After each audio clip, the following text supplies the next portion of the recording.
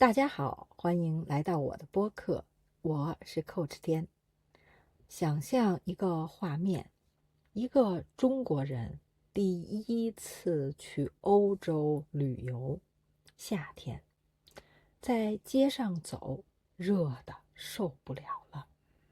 他看到旁边有一家超市，走进去，不是要买东西，是蹭冷气。就是说进去感受一下空调，凉快一下，然后再出去。晚上他去一家小饭馆吃饭，小饭馆没有空调，只有电扇。本地人都在一边吃饭一边聊天，感觉很舒服。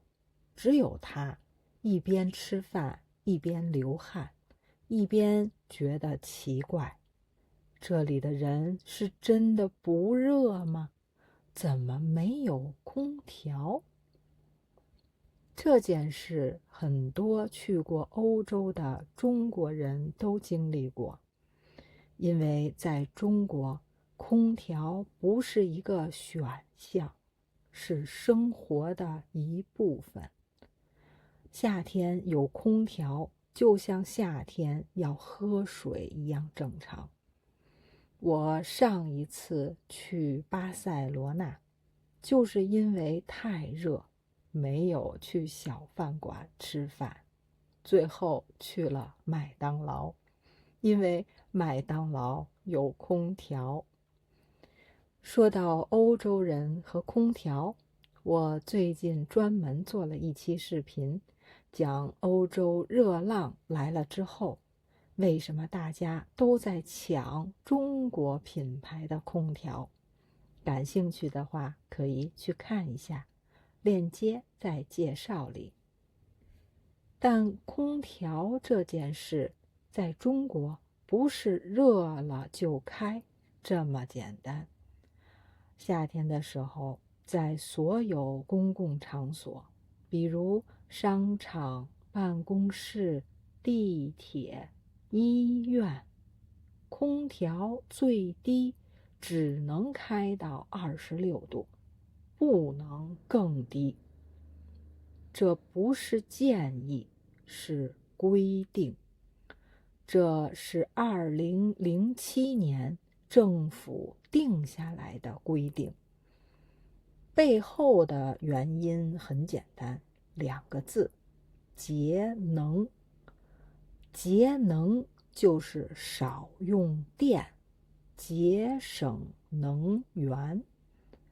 空调温度每调低1度，用的电就更多。全国加起来是一个你很难想象的数字。你可能会想，26度也不算很热吧？但是夏天在中国，外面可能有38度、39度。走进商场，感觉凉快了一点，但是还是有点闷热，还是会出汗。这和你想象中的开着空调很凉快不太一样。想象一下，你想去看一场电影，但是电影院里的空调只能开到26度，你一点不觉得凉快。看完电影还是一身汗。这就是中国夏天很正常的事情。不过有一点要说，这个规定只管公共场所，家里的空调随便开，没有人管你。所以很多中国人在家里空调开得很低。那每一个家里呢，是什么情况？其实怎么用空调也是一个争论不完的事情。可能你刚回家，觉得热，想开空调，爸爸说：“不用开，用扇子扇扇就凉快了。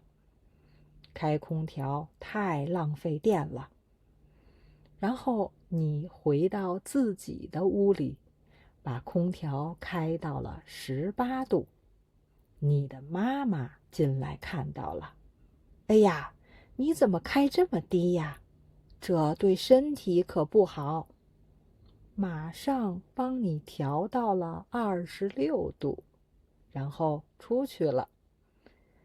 这个场景几乎每一个在中国长大的年轻人都经历过。老一辈的中国人对电费非常敏感，出门要关空调，睡觉不能开一整晚，温度不能太低。这不是因为他们不热，是因为电费原来很贵。那个时候家里用电要仔细算，而空调正是最费电的东西之一。所以他们出门前一定会检查空调是不是关上了，确认关好了才能出门。这个习惯一辈子也改不掉。但年轻一代完全不一样，他们从小生活条件更好，觉得夏天开空调是最基本的事。睡觉开一整晚，温度开到18度，只有这样才能睡个好觉。说到这里，你可能以为空调只是夏天的事，其实不是。对于中国南方来说，空调冬天也会用，他们用空调制热。虽然中国的北方冬天很冷，但我们有集中供暖，就是国家统一给每家每户送暖气，不需要自己开空调或者电暖气。大概从11月开始，暖气就来了。室内温度很高，有时候超过20度，所以北方人冬天在家里穿短袖完全正常。有时候窗户还要开着，因为太热了。而南方就不一样了，南方没有集中供暖，冬天怎么取暖？空调。夏天用来制冷的空调，冬天用来制热，所以南方人的空调一年四季都在用。结果就出现了一件很奇怪的事，北方冬天室外零下10几度，但室内很暖，超过20度。南方冬天室外可能只有5度6度，室内也差不多是5、6度。空调制热没有暖气那么暖，所以有时候会出现这样的情况，北方人反而比南方人更怕冷。北方人去南方过冬根本受不了。我有一次春节和爸妈去南方玩，把我们冻死了。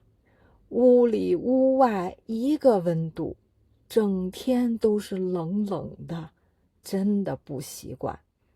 所以作为北方人的我，还是很佩服南方人的，尤其是在冬天，在屋里还要穿着羽绒服。那南方人冬天到底怎么过？他们有自己的方法。电热毯就是一种可以加热的毯子，铺在床上，睡觉的时候开着，这样床是暖的。还有热水袋，睡前装满热水，放在被窝里取暖。白天在家，有人穿着羽绒服坐在沙发上看电视。对北方人来说，这些画面很难想象。我们冬天在家穿短袖，南方人在家穿羽绒服。同一个国家，真的是两个世界。你看，小小的一台空调，能告诉你很多的故事。我的爷爷奶奶一辈子都没有用过空调。我的爸爸妈妈会觉得空调不能一直开，对身体不好。而我更喜欢开到18度，盖上被子，睡个好觉。同样是空调，在不同的国家、不同的地方、不同的时代，都会有不同的感受。你的家里有空调吗？你一般会开多少度？欢迎在评论区和我分享。如果你想把今天的词真正记住，我在 Patreon 上为每一集准备了互动文稿、生词卡片，还有2个全新的故事，让你再用一次这些词。前7天免费，链接在介绍里。我们下期再见。